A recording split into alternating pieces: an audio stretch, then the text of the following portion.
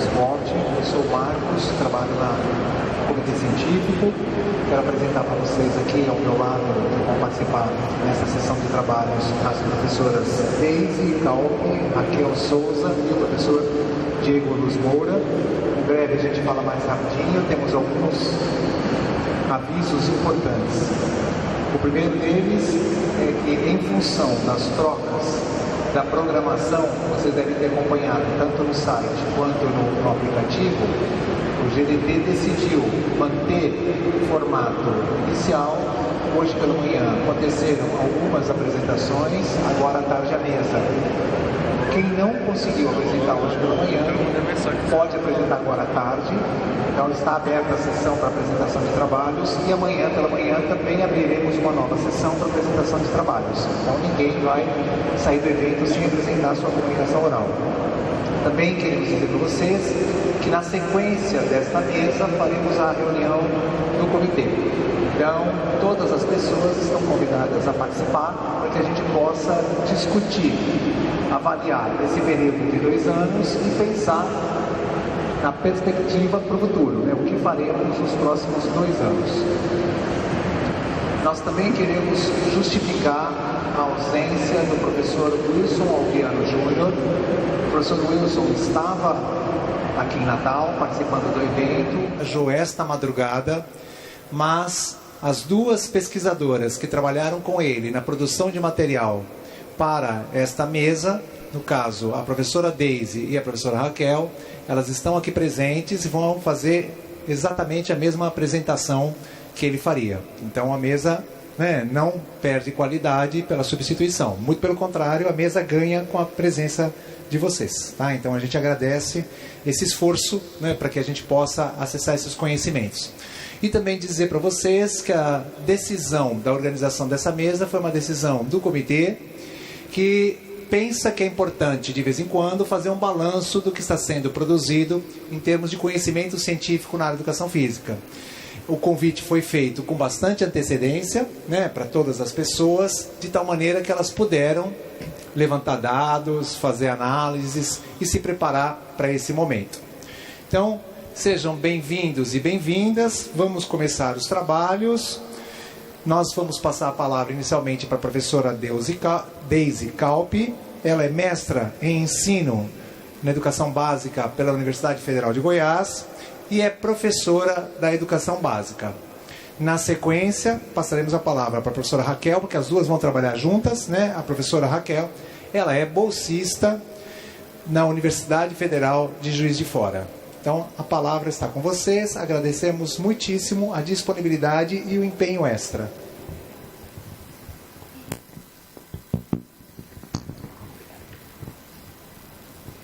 Bom, então vamos lá. Boa tarde a todos e todas.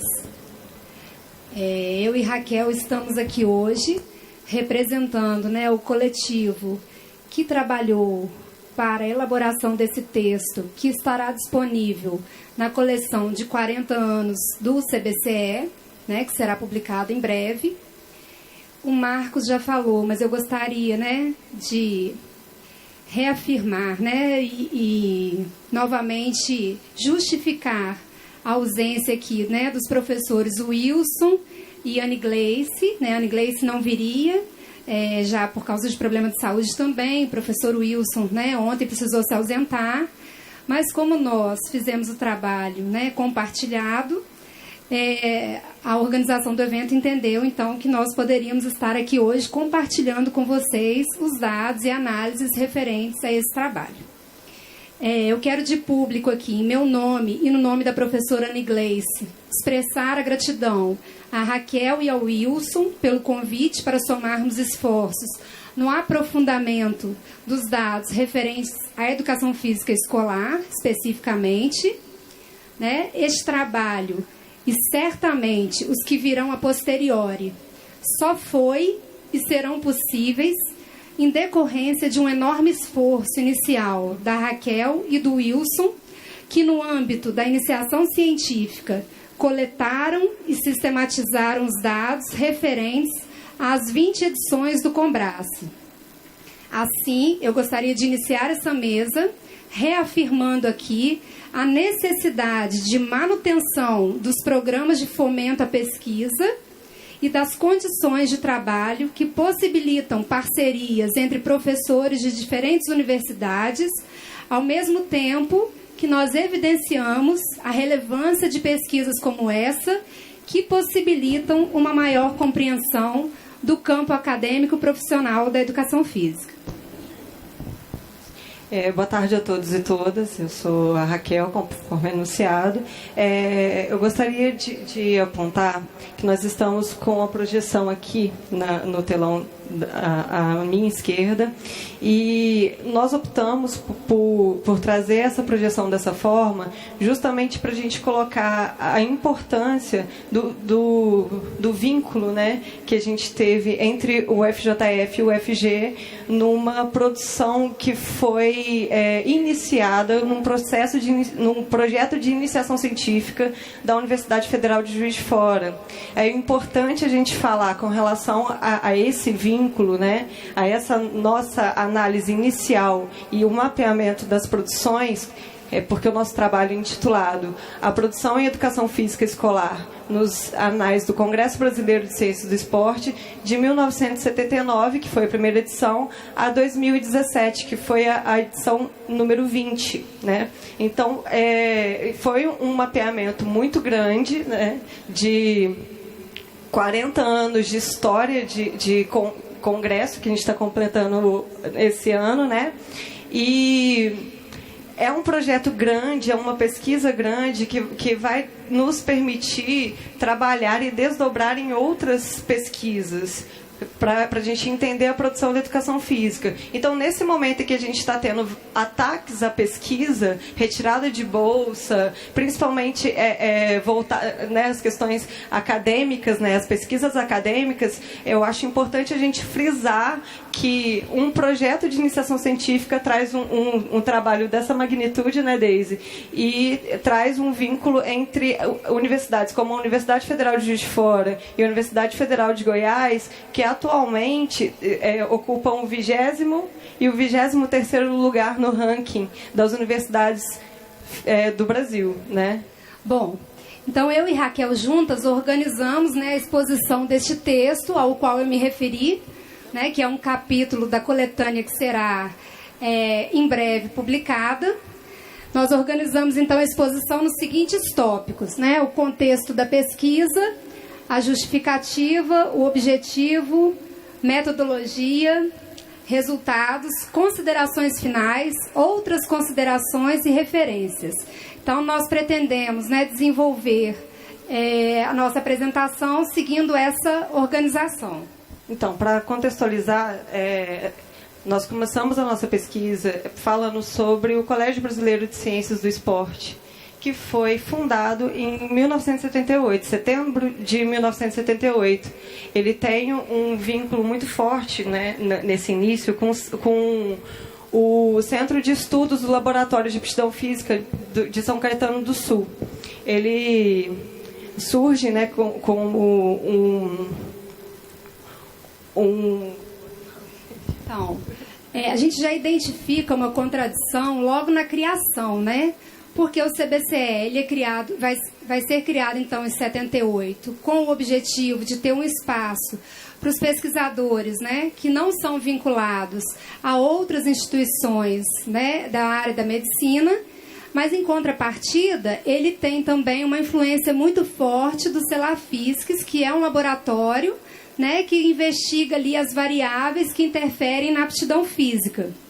Então a gente gostaria de destacar, né, o momento de criação do Colégio Brasileiro de Ciência do Esporte, que acontece exatamente no momento de abertura política do país, né, no mesmo momento que surge, então, a contestação ao modelo, né, ao paradigma da aptidão física, da esportivização, né, do trabalho que é realizado na escola. Então, assim, ressaltar um pouco desse contexto onde essa instituição, né, é criada. A primeira edição do Congresso Brasileiro de Ciências do Esporte, CONBRACE, ele vem, então, em setembro de 79, né, um ano depois. Ele foi criado como um espaço para divulgação dessas pesquisas, né, um espaço para esses pesquisadores divulgarem suas pesquisas. E a Revista Brasileira de Ciências do Esporte vem, né, a reboque como um mecanismo, né, um veículo para se registrar, então, como se fossem os anais. Mas a tentativa era de deixar registrado um resumo desses trabalhos que eram apresentados, né, ainda de forma muito incipiente, né, os registros eles não têm um formato padrão, eles são resumos bem simples, às vezes tem palavras-chave, outras vezes não, e isso pode ser observado depois no material que foi analisado, onde nós vamos apresentar maiores detalhes. E essa forma, né, essa ausência de padronização, é um movimento iniciado a partir de 85, né, já tem o objetivo de tentar dar um padrão para que esses registros, né, possam a posteriori serem investigados, né, serem objeto de pesquisa.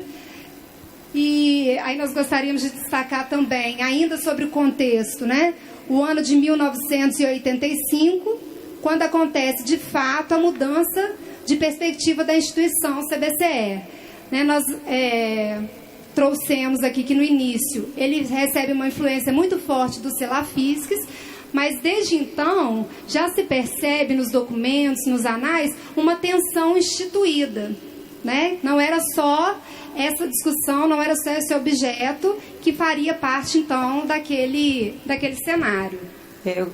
Para completar essa questão da mudança de perspectiva na instituição, vale a lembrança de que ele foi criado com o intuito o CBCE, no caso, de possibilitar que pesquisadores que não fossem vinculados à medicina, tanto na instituição internacional quanto em instituições nacionais, pudessem falar sobre a produção de aptidão física e atividade esportiva. E aí o CBCE nasce numa conjuntura, como a Deise falou, já de crise epistemológica da educação física e também de redemocratização da política brasileira, né? Estávamos saindo da ditadura militar para entrar no período democrático. E aí essa mudança de perspectiva ela já se inicia lá em 79. Só que esse marco de 85 é com a mudança da presidência e diretoria do CBCE. É importante a gente falar que o Combrace hoje e o CBCE hoje, tendo essa estrutura majoritariamente composta por professores e professoras de educação física, foi uma conquista política. Ele não foi pensado para ser exclusivo da educação física e nem como algo majoritariamente feito para a educação física. Isso foi uma conquista política, que é o marco que a gente considera diante dos anais que a gente estudou, 1985. Então, ele iniciou em 95, né, com a chegada desse grupo que defendia exatamente essa perspectiva contra-hegemônica, né, da época, e fazia parte do movimento renovador da educação física. E ele se estendeu, essa mudança de identidade, ele se estendeu também nos anos de 97, 95, 97... Não. Embora as tendências já tenham sido observadas, a tensão já estava instaurada em 81. Em 95, o grupo que defendia o movimento renovador da educação física chega à direção e nos 2 anos subsequentes ele se mantém na direção, mudando de fato e de vez o caráter da instituição. Tá? Outro marco que a gente achou interessante trazer, uma vez que ele é objeto direto dessa análise, é a questão dos grupos de trabalho temático, né, os GTTs. Os GTTs, o Combrace, ele surge em 79, mas até 97 ele não tem o formato, né, as produções elas não são classificadas, agrupadas em GTTs. Esse movimento ele vai acontecer realmente a partir de 97. Embora nos anos anteriores já havia sendo feitas tentativas de se organizar por temáticas as apresentações. Bom, outra questão importante, né, que a gente achou pertinente destacar nesse contexto da pesquisa, nesse contexto do CBCE, do Combrace, da RBCE, dos GTTs, né, que faz todo sentido para os dados que nós vamos apresentar na sequência, é a questão da oficialização do caráter internacional do Congresso, que ocorre a partir de 2005, com a criação do CONICE, tá? Então, assim, embora já houvesse, desde a primeira edição do Combrace, trabalhos realizados por pesquisadores internacionais, isso só é oficializado com o primeiro CONICE, em 2005, e a partir daí os dois eventos vêm acontecendo simultaneamente, sem interrupções. Bom, mediante esse contexto, nós gostaríamos de apresentar a justificativa do trabalho.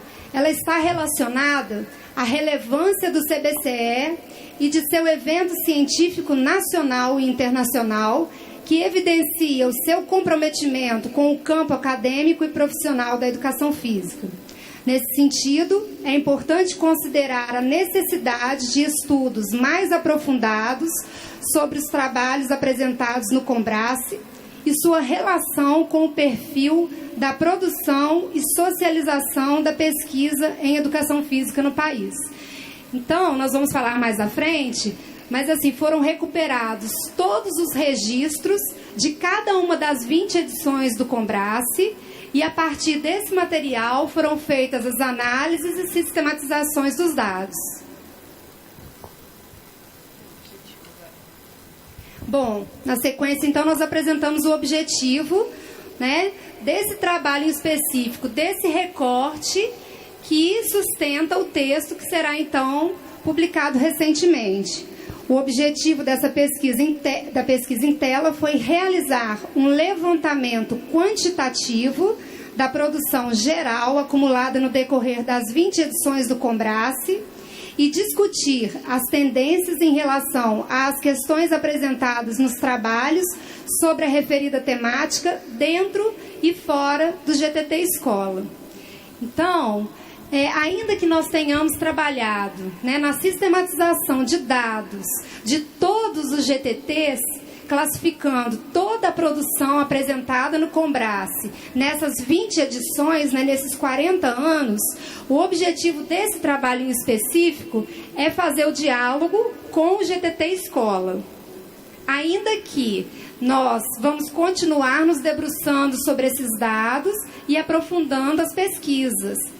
Né? E é interessante, acho que a Raquel vai falar um pouco sobre isso, sobre a disponibilização desses dados, né, para os professores e pesquisadores de outros GTTs que tenham interesse, né, em desenvolver as pesquisas a partir desses dados coletados em cada área ou tema, né, que faz uma interface com a educação física nos demais GTTs. Bom, como a Deise falou, o objetivo que a gente tem aqui porque, como ela disse no início, a gente tem esse trabalho, eu e o professor Wilson, fizemos um mapeamento dos documentos, fizemos uma primeira análise e categorização documental. A partir daí, nós já disponibilizamos esse material para a professora Deise e para a professora Anne Gleice, para a gente pensar e analisar alguns desdobramentos e algumas situações que a gente identificou nesse trabalho, né, nesse mapeamento.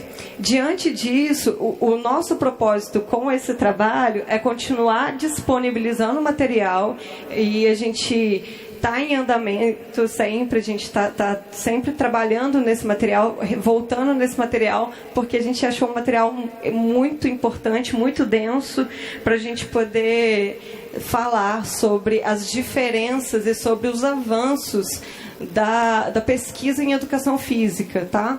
Então, aqui eu vou falar um pouco sobre a metodologia. já falei sobre a questão do mapeamento e os critérios estabelecidos para a gente colocar o documento como um objeto de análise, né? Nós estabelecemos como critério, vou passar um pouquinho aqui, nós estabelecemos como critério 24 categorias que nós encontramos na edição de 2005, que foi a primeira edição que a gente teve acesso. E aí, a partir daí, nós vimos 24 categorias que balizavam os trabalhos dos professores que produziam até então, até 2005. Dentro dessas 24 categorias, nós identificamos 6 grandes eixos temáticos.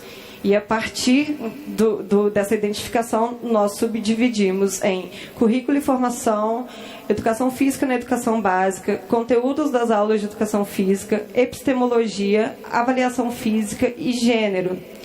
Então, todos os trabalhos que estão categorizados nessas 24 categorias que estão para vocês aí, eles têm como eixo norteador currículo e formação, educação física na educação básica, conteúdos das aulas de educação física, epistemologia, avaliação física e gênero. Sendo o gênero um tema transversal. Então, tem trabalhos que estão no eixo currículo e formação, que também contempla a temática gênero, e por aí vai. Só retornar um pouquinho aqui. Já falei um pouco da categorização. Para a gente poder fazer esse projeto, esse trabalho, essa categorização, nós tivemos um período de coleta desses dados e dessa análise inicial de agosto de 2018 a março de 2019. Então, é um tempo relativamente curto para a gente chegar a alguma conclusão. Por isso, a gente insiste em dizer que é uma explanação inicial e que a gente gostaria de dar continuidade, estamos dando continuidade aos trabalhos. Não. Então, eu vou aproveitar para explorar um pouquinho da metodologia de trabalho, né? Inicialmente foi feito, então, o mapeamento dos documentos. A versão dos anais. Então, olha só. A versão dos anais de 1979, elas foram disponibilizadas impressas, né, via correio. No período de 81 a 2003, nós conseguimos via e-mail pelo CBCE, que nos disponibilizou, e a partir de 2005 via plataforma SOAC, tá? A análise documental, então, como a Raquel explicou, ela foi feita pela classificação dos trabalhos em categorias, tá? Utilizando título, palavras-chave, resumos e ou texto na íntegra. Isso entendendo que não havia ainda no começo uma padronização. E a dificuldade foi encontrada mais latente do primeiro à nona edição do Combras. O material selecionado, então, foi classificado e, na sequência, a Raquel vai apresentar os resultados. Então, tá para vocês aí na tela um quadro que a gente conseguiu com as produções, tá? Esse quadro vai estar disponível, como a Deise falou, na nossa publicação de um capítulo do GTT Escola, tá? Então, aqui, para ficar visível o comportamento da produção, nós temos um gráfico com o total de trabalhos publicados no Combras, no geral, desde 79 até 2017, sendo o total de trabalho a primeira coluna, né? E aí a gente tem a temática escolar, nos demais GTTs, o trabalho com outras temáticas e a temática escolar no GTT Escola. Por que nós dividimos assim? A gente tem que considerar que antes de 97 não havia a divisão em GTT. Então, nós fizemos a análise com o GTT Escola posterior a 97. E isso a gente consegue ver no gráfico que até 95 não tem a abinha verde aí, tá? em questão de análise, só para a gente dar sequência aqui, para ficar mais visível do que a tabela, tá? Então, com relação ao GTT Escola, como a gente já falou, só temos divisão em GTT a partir de 97. E o GTT Escola, ele representa 49% das produções sobre a temática escolar dentro das 20 edições do Combrace. Por que a gente chegou a essa conclusão? Da década de 2000 até a década de 2010, nós tivemos um crescimento muito grande na produção. E esse gráfico a gente consegue ver. Esse gráfico está dividido a produção em décadas. É isso mesmo. Em décadas, né? De 79 sendo a única da década de 70. E aí a gente vê a produção... a progressão das produções, sendo o azul o total de trabalho, se não estiver muito bem visível para vocês, o verde o trabalho com outras temáticas e o vermelho o total de trabalho com a temática escolar dentro e fora do GTT Escola, tá? E aí a gente tem logo embaixo a relação entre a produção e o GTT Escola, e as produções com a temática escolar. Em 79, nós temos 28% da produção do Combrace sendo destinados aos trabalhos com a temática escolar. E a partir, na década de 80, nós temos 30%, na década de 90, 28%, década de 2000, 25%, e a década de 2010, nós temos 30% da produção do Combrace sendo balizada pela temática escolar. Tá? Dando sequência, nós temos aqui um gráfico que vai nos falar sobre essa porcentagem que eu falei. Na verdade, é uma porcentagem total da produção. Década de 80 e década de 70, e o ano de 79 tem um total de 8% da produção, e a década de 2010, nesse quadro, desconsiderando o ano de 2019. Agora, nesse quadro, nós já temos o total de trabalhos aprovados para 2019. Então, nós temos só até 2017, um total de 49% das produções gerais do Combrace, sendo 39% das produções do Combrace, e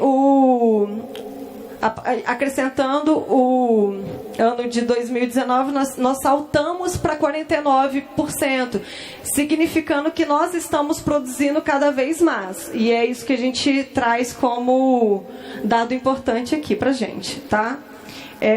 Dando sequência... Não, isso é visível, né? Esse dado que a Raquel traz, ele é visível e pode ser constatado, por exemplo, esse ano que a gente percebe que tem 3 mesas simultâneas, né, do GTT Escola, com um volume muito alto de trabalho em todos os dias. Então, esse quantitativo, o aumento desse quantitativo é facilmente visível.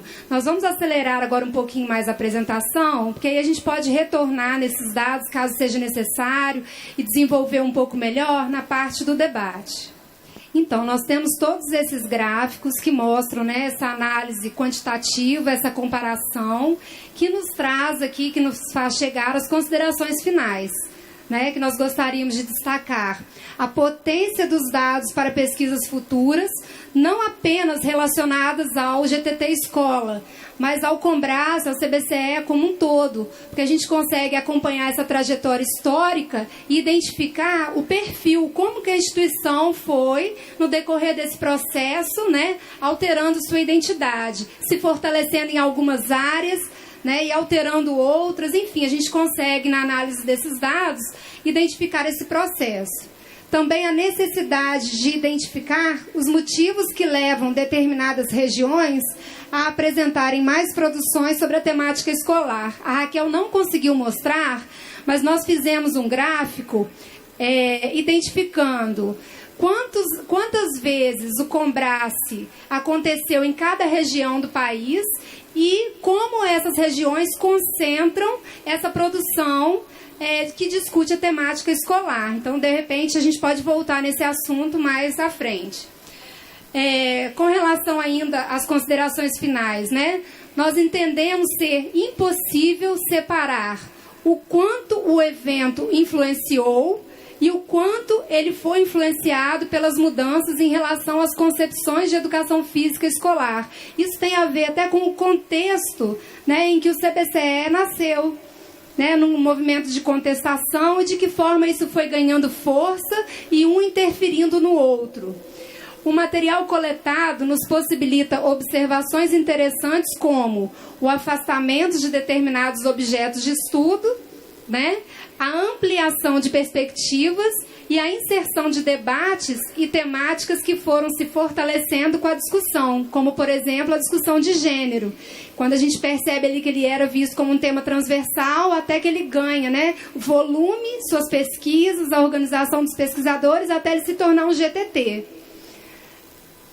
Bom, outras considerações. Por que a gente traz outras considerações, né? Esse texto ele foi entregue em abril. E de lá para cá, nós continuamos, né, nos debruçando sobre esses dados e tentando realizar análises cada vez mais profundas que consigam, de fato, delinear esse perfil, tanto do CBCE quanto do Combrace. Então, nós conseguimos identificar, no momento posterior à entrega do texto, e fazer algumas inferências, né?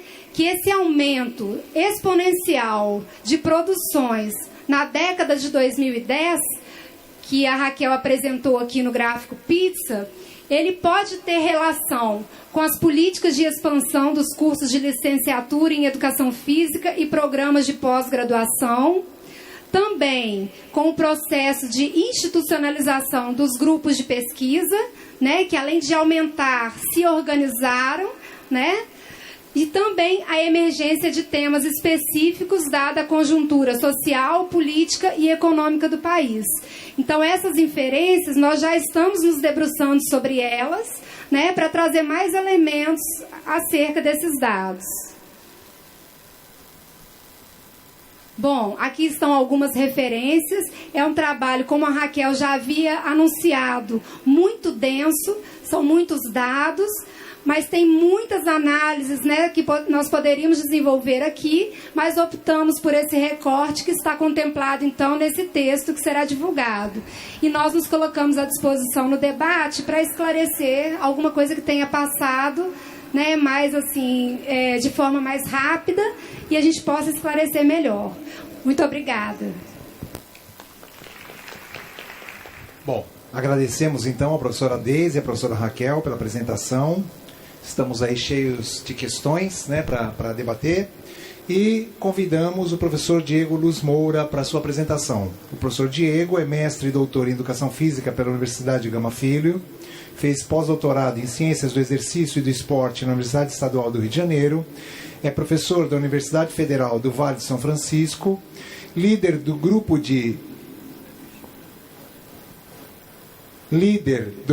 Laboratório de Estudos Culturais e Pedagógicos da Educação Física e é professor do Programa de Pós-Graduação em Educação Física da Universidade Federal do Vale de São Francisco. Agradecemos muitíssimo o aceite do convite, professor Diego, e estamos aqui ansiosos para ouvir as suas considerações sobre o tema. Salve, pessoal. Eu vou pedir licença aqui à mesa para poder ficar de pé para a apresentação. E eu queria começar essa fala, primeiramente agradecendo a DN e ao GTT Escola pelo convite, da oportunidade e a responsabilidade que me deram também de estar nesse momento aqui fazendo essa conversa com vocês a partir de um levantamento que eu tive a oportunidade de fazer. Então faço esse agradecimento na figura do Marcos e estendo a todos os colegas do GTT Escola, que nós vemos há já algum tempo travando alguns debates importantes. Bom, tá para lá. Antes de entrar no tópico, eu só queria deixar já de fato o meu contato aqui, caso a gente possa estreitar laços em outros momentos. Então tem meu e-mail.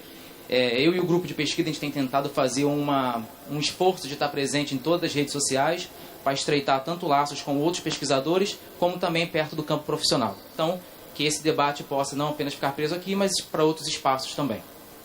A mesa, conforme o Marcos Neira colocou no início, ela é sobre produção do conhecimento na educação física escolar. Então, eu tentei dar o meu recorte com o seguinte tema: a participação da área pedagógica nos programas de pós-graduação stricto sensu no Brasil no quadriênio 2013-2016. Eu vou, na minha fala aqui, eu estou entendendo que ela vai ser uma fala indutora. Então eu vou um pouco mais direto ao ponto e vou levantar alguns dados para que a gente possa discutir a partir desses questionamentos. Como eu vou trazer algumas tabelas e dados, eu vou tentar reforçar alguns pontos. Mas se alguma coisa passar, vocês anotem que a gente pode conversar na sequência. Bom, antes de mais nada, só para a gente nortear, a universidade ela tem como principal função a área de ensino, pesquisa e extensão. A área de ensino ela é exclusividade das universidades. Entretanto, a área de pesquisa e a área de extensão ela pode ser compartilhada por outras instituições. Todavia, um dado famoso que a gente tem, da Clarivate Analytics, que foi um estudo encomendado pela CAPES, ele demonstrou que 95% da produção científica do Brasil é oriundo de programas de pós-graduação, stricto sensu, de universidades públicas, em sua grande parte. Bom, isso é reflexo de algum tipo de indução pelo qual os programas de pós-graduação também vêm sofrendo, eu diria, influência e pressão para dar continuidade a essa publicação. E esse modelo, que vem trazendo uma série de repercussões, ficou muito conhecido como o modelo Publique ou Pereça, e tem sido alvo de uma série de críticas no campo acadêmico, muito iniciadas pelo campo das humanidades, mas também o campo da educação física, embora esteja alocado no campo da saúde, a sua área sociocultural e pedagógica vem também, já de algum tempo, fazendo essas reflexões. Bom, e essa crítica ela vem basicamente porque esse modelo ele tem gerado uma série de distorções para entender a avaliação e a produção acadêmica. Então, a área já vem fazendo uma série de reflexões, eu coloquei algumas só para a gente identificar. No caso, o aumento de autores por artigo sem participação intelectual, fatiamento de resultados, troca de citações, permuta de autorias. Então, essa série de discussões começa a colocar em xeque esse modelo, que, de um modo geral, foi sempre quantitativo, para uma análise mais minuciosa. Bom, e o campo da educação física também já vem fazendo uma análise mais pontual sobre esse movimento. Então, eu trouxe aqui alguns antecedentes. No caso, a pesquisa do Rigo, do Ribeiro e do Halal, que de 2009 a 2011, ainda quando éramos avaliados por triênio, eles perceberam que houve uma diminuição dos autores da área sociocultural e pedagógica, enquanto o aumento na área biodinâmica. Isso contribui significativamente para o esvaziamento da área sociocultural e pedagógica, um outro levantamento feito por um livro organizado pelo CBCE. Bom, então, se a gente perceber, a menor formação de futuros pesquisadores nestes campos da área sociocultural e pedagógica, ela pode criar uma espécie de esvaziamento da área. Na mesma pesquisa, Rigo, Ribeiro e Halal, eles apontaram que os critérios que o Qualis avalia, ele é um processo indutor de um tipo de ciência que não valoriza a área social e pedagógica.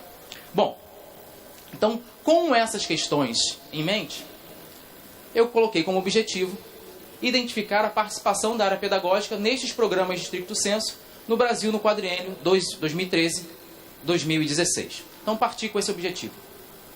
Então, qual foi o meu caminho metodológico?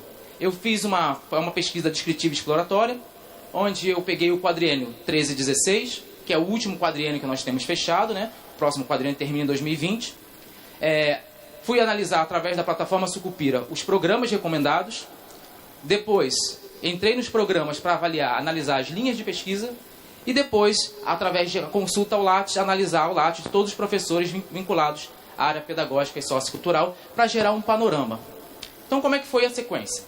Primeiro, fiz uma consulta aos programas da CAPES, e eu utilizei como critério programas que tenham sido abertos até 2016, porque, como a gente sabe, o programa ele é avaliado também, mesmo que ele abra depois do quadriênio ter iniciado. Embora seja uma avaliação de consulta, de acompanhamento, também vai jogar as mesmas regras desse jogo. Então, coloquei isso como critério. Na sequência, eu fui até as linhas de pesquisa e fui classificar as linhas de pesquisa dos programas, fazendo uma análise da descrição de cada linha. Na sequência, eu identifiquei todos os professores da área pedagógica e depois, especificamente esses professores, entrei no currículo Lattes para fazer essa identificação, a aderência da área. Bom, só queria fazer algumas ressalvas para nortear como foi esse levantamento, porque isso pode, de alguma forma, criar dúvidas e gerar alguns vieses nos dados. Mas Apenas um pesquisador realizou o levantamento, eu fiz o levantamento sozinho, para diminuir a possibilidade de erro de interpretação entre os avaliadores. Eu classifiquei as linhas seguindo a nomenclatura tradicional da área, mas que foi melhor desenvolvida em da Olio 2007. No caso de dúvidas, eu ia até os originais para fazer uma leitura com mais calma e gerar uma identificação mais precisa. Não houve nenhum tipo de distinção entre vínculos, então eu não classifiquei se o professor é colaborador, visitante ou permanente. Então eu contabilizei apenas as produções nos programas, as orientações nos programas de educação física. Então, se um docente tinha orientações em programas de educação, não está nessa amostra. E não contabilizei co-orientações, apenas orientações. E o levantamento, eu realizei esse levantamento entre abril e maio de 2019. Então, eu vou agora começar a levantar os dados aqui e eu vou chamar a atenção para alguns pontos específicos. Eu gostaria que vocês me acompanhassem, por favor. Então, só relembrando as linhas, utilizei a classificação que a gente tem de uma maneira geral, que é a linha biodinâmica, sociocultural e pedagógica. A única diferença aqui é que vai ter essa linha híbrida, são linhas de pesquisas que nós estamos verificando em programas de pós-graduação, que vão compartilhar aportes tanto da área das ciências exatas e da saúde, com humanas e sociais. Todavia, isso não foi uma surpresa, porque na pesquisa do Ribeiro, Rigo e Halal, de 2012, eles já haviam indicado que há um movimento de criações de linhas híbridas, principalmente pelo fato de diminuir a carga horária de aula que os professores da área sociocultural possuem, por estarem geralmente num número menor dentro das suas linhas de pesquisa. Então não foi uma surpresa. Então, a partir do momento que eu classifiquei as linhas, utilizei da Olio e inseri essa ressalva realizada pelo Rigo. E que a gente vai ver que existem linhas híbridas também. Bom, esses aqui são os programas de pós-graduação stricto sensu, vou só lembrar, acadêmico, abertos até o ano de 2016. Nós tínhamos, naquele momento, 32 programas. Eu queria destacar aqui, nenhum programa na região norte, como até o momento, ainda não temos nenhum programa na região norte. E queria destacar, e eu gostaria que vocês guardassem esse dado, que naquele momento, a região sudeste era a linha com maior número de programas abertos. E aqui está distinguido. Mas eu vou passar. Bom, então na sequência eu peguei e realizei um levantamento de contabilização dessas linhas. Então, é claro que eu fiz esse levantamento neste momento e poderia, porventura, os programas terem mudado as linhas. Isso, de fato, é uma limitação do estudo. Mas, a partir desse levantamento, a gente pode perceber alguns dados interessantes. A gente vai ter a linha biodinâmica. Opa, apareceu alguma... Foi. A linha biodinâmica, ela vai ter 68% das linhas de pesquisas naquele quadriênio nos programas de pós-graduação. Nós vamos ter 9,4% da linha pedagógica e nós vamos ter um movimento de 10,9% de linhas que articulam tanto a área pedagógica como a sociocultural e também identificamos linhas híbridas. Mas se a gente fizesse uma análise mais geral para esse primeiro momento, a gente pode perceber aqui que nós temos 32% de linhas de pesquisas que vão tematizar todas as áreas de discussões fora a área biodinâmica. Isso, como estamos na área, nós sabemos que isso, infelizmente, não é um dado inesperado. Mas o que vai ficar inesperado é conforme a gente aproximar um pouco mais das nossas lentes. Então, agora eu queria trazer o dado dos docentes orientadores. Nesse momento, eu vou trazer todos os docentes. Então, quando faz o levantamento dos docentes, nós temos 716 docentes levantados. Quero fazer uma ressalva aqui, que nesse momento pode, de alguma medida, ter tido algum tipo de duplicidade. Ou seja, docentes que orientam na área biodinâmica, que porventura orientariam também na área pedagógica. Eu optei em não cortar essa duplicidade, por entender que o fato de um docente estar em duas linhas, ele de alguma forma está fomentando a produção intelectual nesses dois espaços. Então, queria destacar aqui com vocês um dado interessante. 156 docentes, que representa 21,8% dos orientadores, os programas de pós-graduação não indicam as linhas, apenas uma relação de quem são os orientadores. Isso é interessante porque esse, inclusive, tem sido um dos critérios que a CAPES tem avaliado a qualidade dos programas, ter essa identificação de docentes. Mas cerca de 21% não foi possível identificar qual linha ele estava. E ainda assim, 15 docentes que representaram 2,1%, programas de pós-graduações indicavam que aqueles docentes eram da linha ou pedagógica ou sociocultural. Como eu fui para fazer um refinamento dessas linhas, eu optei em deixar com uma categoria separada, porque depois eu vou querer aproximar só dos docentes da área pedagógica e isso criaria certamente um viés naquele momento. Bom, e a gente pode perceber que 61,5% dos orientadores pertencem à área biodinâmica, enquanto todas as outras áreas, 14,6%. Lembrando que na linha híbrida, provavelmente vamos ter discussões da área também do campo da saúde, o que deixaria o campo de discussão pedagógico e sociocultural menor do que 14,6%. Bom, e se a gente pegar agora e distribuir... continuidade aqui, ó. Então, eu fui fazer agora um refinamento, né? Porque a minha intenção era pegar só os docentes da área pedagógica. Então, eu excluí esse grupo aqui.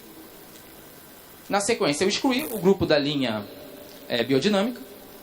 Na sequência, eu excluí também a linha sociocultural. Porque o meu objetivo era olhar apenas a linha pedagógica. Todavia, eu não pude excluir a linha híbrida. Porque como é uma linha que tem uma identificação, um encaminhamento para discussões pedagógicas, ela faria parte também dessa análise. Bom, então quando a gente pega esses docentes, vocês podem perceber que eles representam 10,6% do total, e eles são 91 orientadores. Só que quando a gente analisa bem de perto esses 91 orientadores, nós vamos perceber, eu pude perceber, que havia duplicidade. E aqui a duplicidade deveria ser identificada. Por que duplicidade? Nós tínhamos um docente que atuava em 2 programas de pós-graduação na área pedagógica, e ele foi alocado na linha onde ele tem a filiação institucional dele, e um docente, ele não possuía currículo Lattes, porque era estrangeiro, utilizava uma outra plataforma, que eu esqueci o nome, que embora tenha muita similaridade com o currículo Lattes, eu optei em excluir para não ter nenhum tipo de viés e erro de parametrização de algum tipo de dado. Então eu tive o número de 89 orientadores para olhar de perto. E qual era a curiosidade que batia, a dúvida, a angústia e o sofrimento? Há entre nós uma discussão que ainda sobrevivemos, embora há uma espécie de esvaziamento da área, ainda estamos produzindo, dado que a gente viu que ainda há orientadores. E a minha questão era, em que medida quem está em linhas pedagógicas, de fato, está produzindo e contribuindo para a área pedagógica? Porque a gente pode estar sendo vítima de um argumento que a gente mesmo construiu e ter um desmonte acelerado na área e não estar percebendo isso. Então essa era a minha intenção de levantar esse dado. Então eu fui até os 89 orientadores. Então, só um outro dado que eu queria que vocês prestassem bem atenção. Conforme nós vimos antes, a região que tem maior número de programas de pós-graduação é o Sudeste. Todavia, é na região Sul que se encontra maior número de programas na área pedagógica. 42,7%. Desculpa, de linha de pesquisas. De orientadores da área pedagógica. Então, embora o Sudeste tenha o maior número de linhas de pesquisas, de programas abertos, é na região Sul que existe o maior número de docentes que estão vinculados às linhas de conhecimento pedagógico.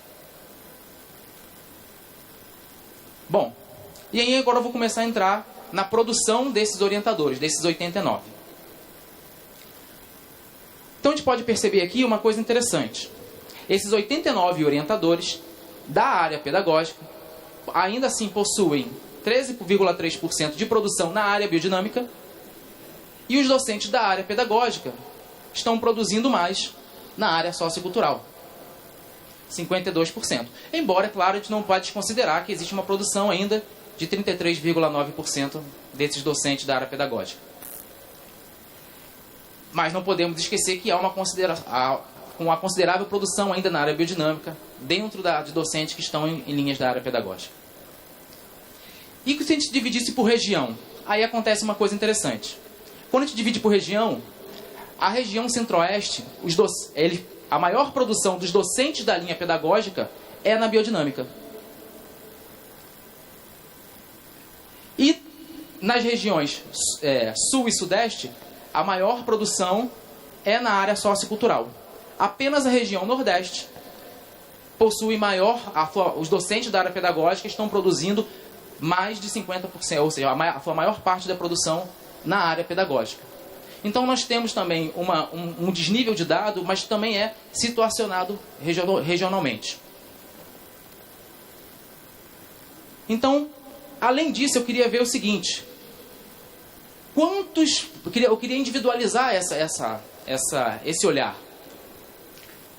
Só que antes eu fui para as produções. Desculpa, para as orientações. E quando a gente pega as orientações, tem uma coisa interessante. Nós temos ainda alguma orientação de docentes da linha pedagógica na área biodinâmica. E nós vamos ter a maior parte das orientações dos docentes da área pedagógica também na área sociocultural. Só quero lembrar que a linha sociocultural foi excluída da análise, embora tenhamos linhas híbridas ainda que de alguma forma compartilham dessa amostra. E se a gente separasse por região as orientações? Ficaria assim. Nós teríamos a região Nordeste, novamente. A região Nordeste é a região que os docentes da área pedagógica mais orientam na área pedagógica. Então nós temos um cenário nacional, mas em produção e orientação, essa compatibilidade está mais presente no Nordeste. Nós vamos ter no Centro-Oeste uma orientação que deu um empate aqui percentual, do mesmo número, entre a linha pedagógica e a linha sociocultural. E vamos ter na região Sul e Sudeste a maior parte das orientações na área sociocultural. Então, fui na sequência tentando individualizar para ver o nível de aderência que nós tínhamos dessa produção. E quando a gente olha, eu fiz uma espécie de divisão aqui na produção, desde 0 até 100% da sua produção, e dividi os professores, os orientadores. Eu queria destacar o seguinte: nós temos 20% dos docentes vinculados à área pedagógica com nenhuma produção na área pedagógica. E nós vamos ter a maior parte da sua produção, ou seja, menos de 50% produzem, ou seja, até 50% tem 62%, ou seja, a maior parte dos docentes tem menos da metade da sua produção vinculado à linha pedagógica. E apenas 37,1% dos docentes tem a sua maior parte da produção, e quando eu estou dizendo maior, estou falando de 51% da sua produção na área pedagógica. E quando a gente olha aqui nas orientações, eu tive que inserir um dado a mais, porque haveria a possibilidade de não ter orientação concluída. Afinal, eu peguei programas que poderiam estar abertos até 2016. E como o tempo de orientação é em média de 2 anos, o mínimo com mestrado, eu coloquei a categoria sem nenhuma orientação concluída, e que de fato deu um número relativamente significativo. E o que, por um lado, é bom, que mostra que há, de alguma forma, uma espécie de renovação nesse cenário. Mas é interessante também mostrar que 27% dos docentes da área pedagógica não têm nenhuma orientação na área pedagógica. E, novamente, os dados vão se repetir. A maior parte das orientações dos docentes da área pedagógica estão na área sociocultural. Bom, então a gente começa agora, quero começar a encaminhar e gerar uma reflexão que eu espero que a gente converse depois nas perguntas. Então a gente começa a perceber que a maioria dos professores da área pedagógica possuem mais produção na área sociocultural, mas possui a maior parte da sua orientação na área pedagógica. E aí vai uma questão: será que estamos de frente a um processo migratório em que docentes da área pedagógica, por motivos de sobrevivência no próprio sistema e articulação de redes de produção, estão tendo que investir maior tempo, e esse maior tempo em produção acadêmica, maior tempo em suas orientações na área pedagógica? Essa parece ser uma hipótese interessante de ser perseguida. Provavelmente fazendo um acompanhamento no próximo quadriênio. Um acompanhamento que, na minha opinião, tem que ser feito com muita cautela. Porque esse tipo de migração, ele pode favorecer uma espécie de desmonte acelerado da área pedagógica, e por isso se torna urgente e necessário que docentes que estão vinculados com a produção na área pedagógica criem redes de cooperação, de fortalecimento, para que não apenas seja uma sobrevivência ao sistema, mas que a discussão do campo pedagógico, a discussão escolar, ela sobreviva entre nós. Num país que cada vez mais desinveste no aspecto educacional, nós podemos estar sendo reféns de uma própria prisão que nós construímos, e a sobrevivência do sistema pode, por vezes, custar a sobrevivência do debate pedagógico. E eu queria encerrar trazendo uma leitura que cada vez mais tem sido de urgência entre nós. Então, trouxe aqui uma frase bem famosa do Paulo Freire, que ele fala que num país como o Brasil, manter esperança viva é em si um ato revolucionário. Eu espero que essa fala a gente possa ter a oportunidade de discutir aqui e em outros espaços, mas que principalmente ela seja um objeto de reflexão para que a gente possa sair com ações efetivas de fortalecimento da área. Agradeço a paciência e o carinho de vocês e fico aqui para a gente continuar o diálogo.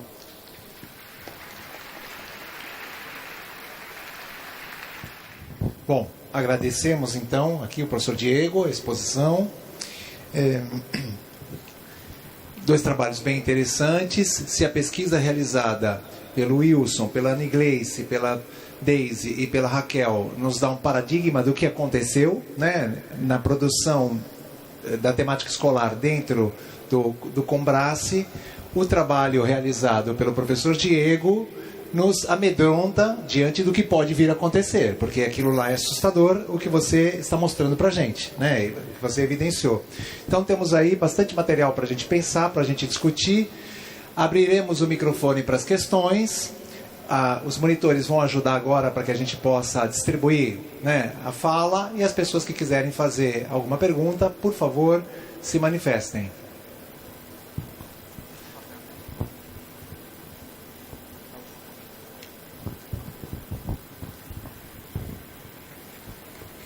Aqui na frente, Carlos, aqui na frente. Bem, boa tarde a todos. Meu nome é Tiago, atualmente sou professor da Universidade de Brasília e faço meus estudos de doutorado também nessa instituição. Eu quero parabenizar a mesa pelo momento que nós estamos vivendo de desinvestimento na educação pública. E pensar a educação física escolar no âmbito do CBCE é algo completamente imprescindível. E aí, juntando alguns dados que foram apresentados aqui, tanto em função à pós-graduação como a própria produção do CBCE, eu fico pensando o seguinte, aí eu jogo a pergunta para a mesa para pensarmos juntos. Qual será a saída para novas produções na educação física escolar, tanto a partir do CBCE, influenciando os programas de pós-graduação, como os programas de pós-graduação trazendo essas pesquisas para dentro do próprio GTT. Por que eu falo isso? No próprio CBCE, há uma tendência, me parece, de um crescimento a partir de políticas públicas vinculadas ao PIBID, à residência pedagógica, a relatos de experiência, estudos sobre o cotidiano escolar. Na pós-graduação, em função da vinculação com os periódicos, a tendência é que essa produção caia. Ainda mais agora com o novo Qualis, que mais vai qualificar o pesquisador e menos os periódicos da área. Então a pergunta que eu deixo para a mesa e para todos do GTT, o que fazer? Claro, não é uma resposta pronta e nós estamos aqui para refletir juntos. Mais uma vez, obrigado pela temática da mesa. Tem uma pergunta lá atrás. Tatá, você levantou?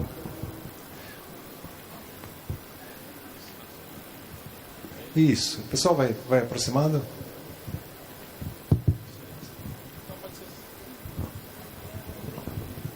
Então, boa tarde. Sou o Rodrigo, professor do curso de Educação Física da Universidade Federal Tocantins. Primeiro, parabenizar, né, os expositores. Deise e Raquel.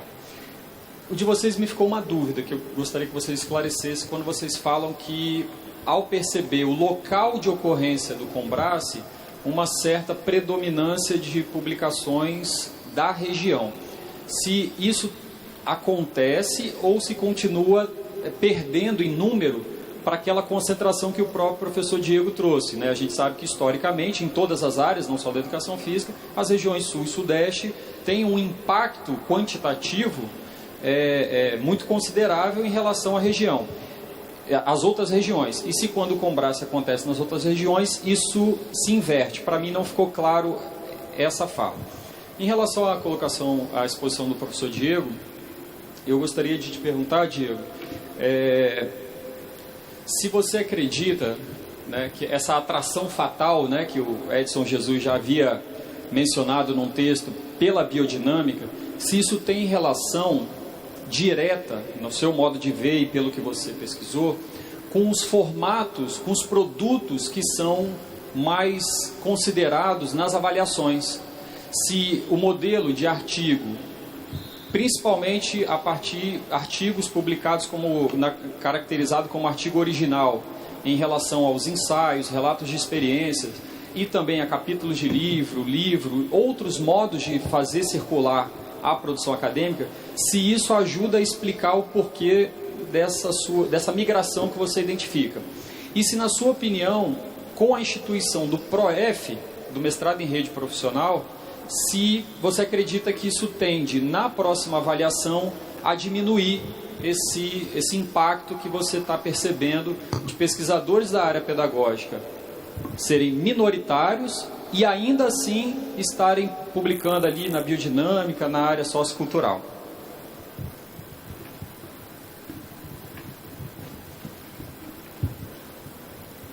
Boa tarde a todas e a todos.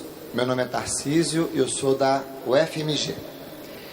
Queria cumprimentar vocês pelos 2 trabalhos. Nós temos agora, a partir dos 2 trabalhos de vocês, um mapa, eu diria uma cartografia da produção em educação física escolar, e que vai nos ajudar muito a novas pesquisas. Eu fiquei imaginando como que este primeiro mapeamento que vocês fizeram poderá reverberar em tantas outras pesquisas agora por categorias de trabalhos, né? Formação de professores, educação física escolar e saúde, lazer. Vai dar um trabalho magnífico, não é? A partir daí. Então a minha primeira para vocês é essa sugestão, de que, imagino que vocês tenham pensado nisso também, não é? De desdobrar esse trabalho para que ele fique ainda mais refinado. Parabéns. Diego, eu tenho uma questão para você, para pensarmos juntos. É uma questão aberta aqui. Você nos traz uma categorização para analisar os trabalhos. Essa categorização, digamos assim, já estava pronta. E com ela, nós vamos analisar os trabalhos. Eu fiquei pensando, se nós não pudéssemos fazer o movimento que você fez, super legal, mas se nós não poderíamos construir uma categorização para analisar os trabalhos, de dentro dos trabalhos, que essa categorização nasça do próprio conhecimento dos trabalhos. Biodinâmica é uma categoria que os trabalhos referendariam.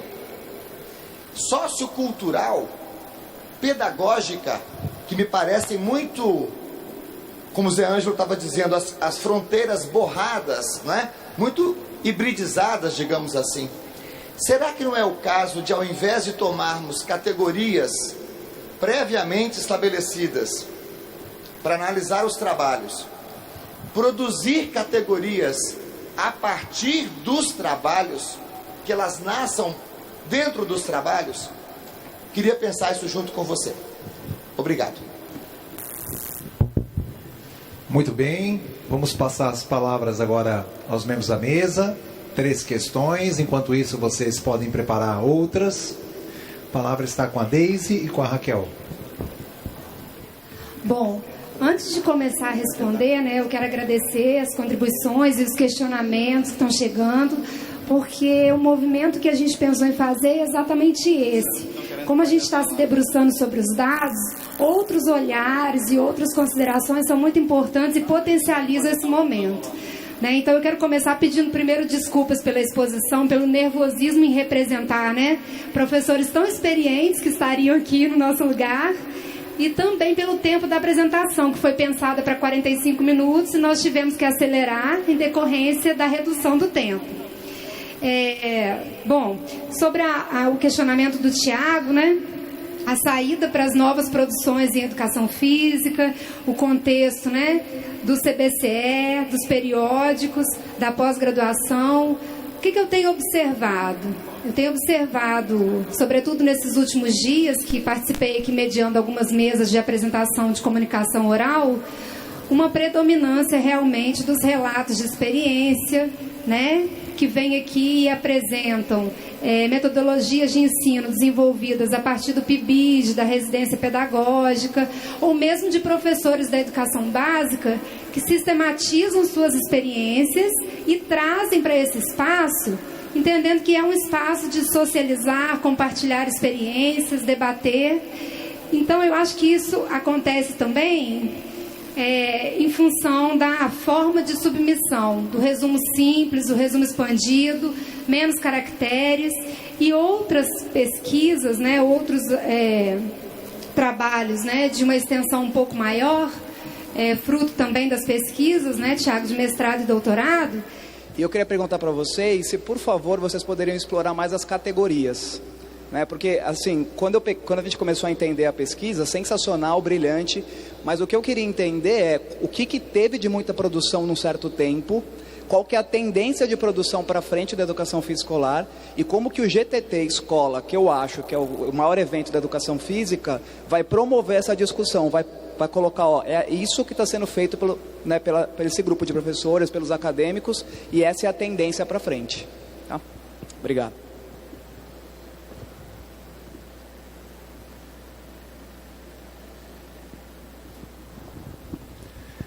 Temos mais alguma questão? Se não tem, eu vou apresentar a minha. Então, vou apresentar a minha para vocês. Minha questão é a seguinte: as pesquisas que vocês fizeram nos ajudam a pensar o que a área faz ou o que a área pode vir a fazer, considerando a produção de conhecimentos e considerando a qualificação da intervenção pedagógica. O que nos preocupa aqui né, se nós não temos pesquisa na área, nós não temos uma melhoria da prática pedagógica. A gente tende a estagnar a prática pedagógica. A partir do material, dessa massa documental enorme que vocês analisaram e a partir dos dados quantitativos que você analisou, como é que a gente pode pensar o resultado da produção de conhecimentos em educação física na sala de aula, na escola, no chão da quadra? Tá bom?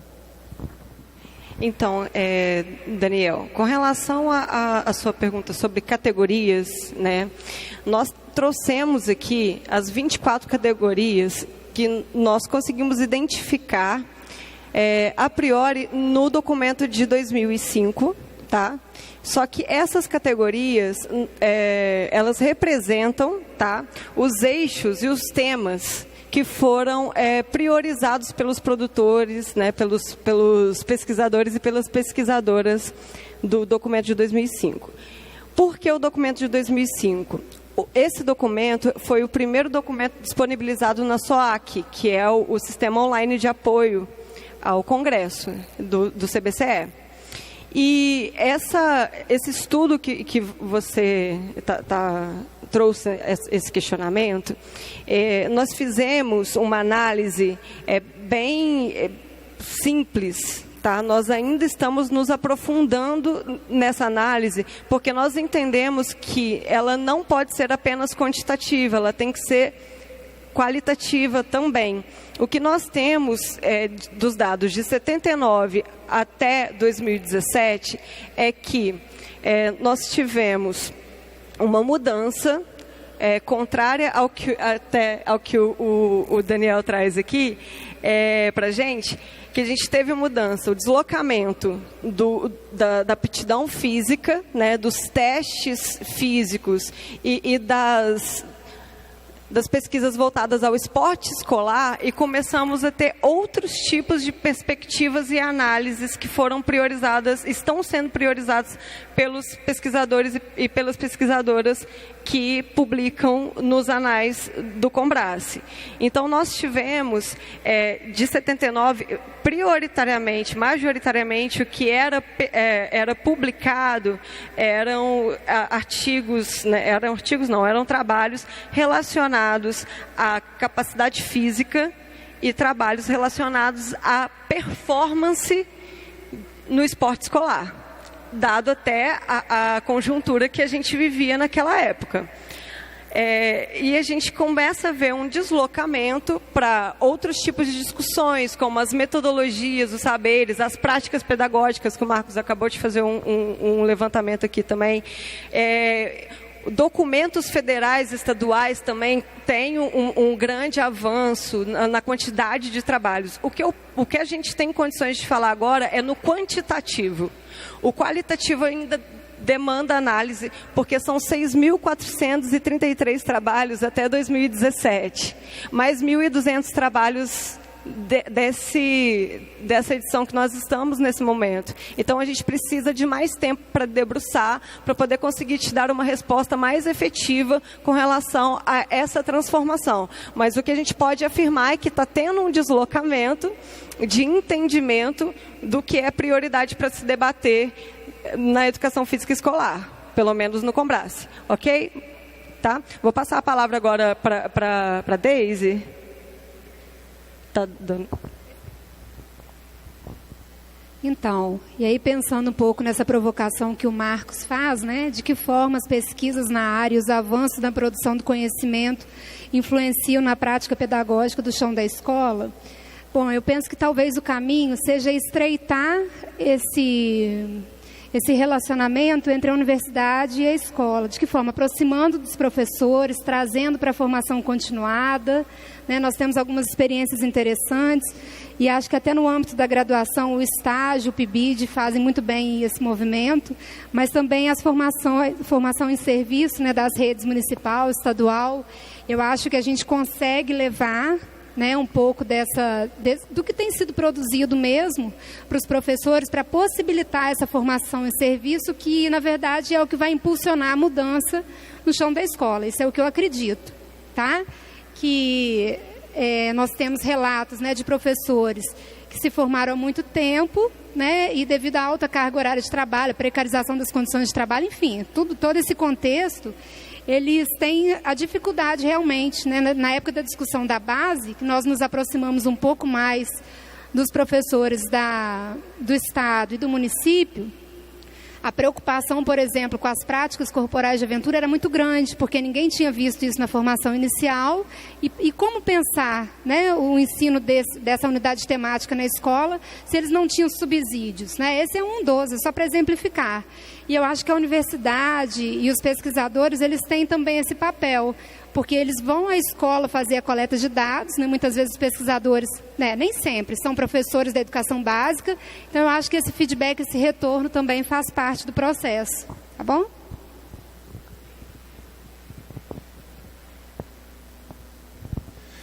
Temos mais alguma questão? Alguém quer fazer alguma colocação? Então vamos passar a palavra ao professor Diego para suas considerações finais. Bom, na verdade vou ser bem breve. Eu queria agradecer novamente, na figura do Marcos, ao GTT Escola, pela responsabilidade. Espero que a gente tenha levantado dados, que eu acho que a importância desses dados não é para esse momento aqui que nós ficamos, mas para a gente começar a pensar a partir deles. Queria agradecer aos colegas que me provocaram, ao Rodrigo, ao Tiago, ao Tarcísio, ao Daniel. Esqueci de alguém? Não, né? Acho que foram todos. Porque uma das saídas que eu acho que a gente tem que fazer é voltar a restabelecer as redes, né? E valorizar os protagonismos. Porque, conforme os dados que nós vimos, o debate pedagógico ele está para além do principal eixo do qual tem os maiores números de programas de pós-graduação. Então, acho que a gente precisa valorizar novos protagonismos que estão em diferentes regiões, que debatem o campo da educação física escolar e criar maior espaços de troca, como é o CBCE e como aquilo que o CBCE pode ainda ser, ou como já foi. Enfim, acho que a gente tem um espaço profícuo de potencializar essa troca e essa construção de redes, e eu acho que é um autoexame também para a gente também ver o quanto a gente está fazendo e o quanto que a gente pode angariar nesse processo. No demais, agradeço e continuamos debatendo aí esse tema até o final do evento. Muito obrigado, Diego. Sim. Eu também gostaria de agradecer o espaço e reiterar, né, que nós estamos aqui substituindo o professor Wilson com um trabalho que nós fizemos em parceria, justamente por isso que nós estamos aqui, nos colocarmos mais uma vez à disposição para debater, para falar sobre esse trabalho que nós fizemos, que, sim, como nós dissemos na apresentação, um trabalho inicial que realmente mostra a potência da produção em educação física escolar. Então, mais uma vez me colocar à disposição, agradecer ao professor Marcos, ao professor Diego e à professora Deise pela oportunidade. E a todos e todas. Então, só para finalizar, né, eu gostaria de reafirmar o meu lugar de fala, né? Eu sou professora da educação básica, então estar aqui para mim é muito importante. Eu entendo a contribuição desse espaço para a qualificação do meu trabalho. Quero agradecer também, né, o espaço cedido e o convite do GTT Escola, né, diante desse contexto, para a gente vir aqui, estar aqui apresentando, né, compartilhando com vocês os dados, né, a potência dos dados, até onde a gente conseguiu, né, ter pernas para caminhar e o que está no nosso horizonte, né, e também agradecer a escuta atenta, as contribuições, as provocações dos colegas, que na verdade só enriquecem esse processo. Então é isso. Boa tarde, muito obrigada.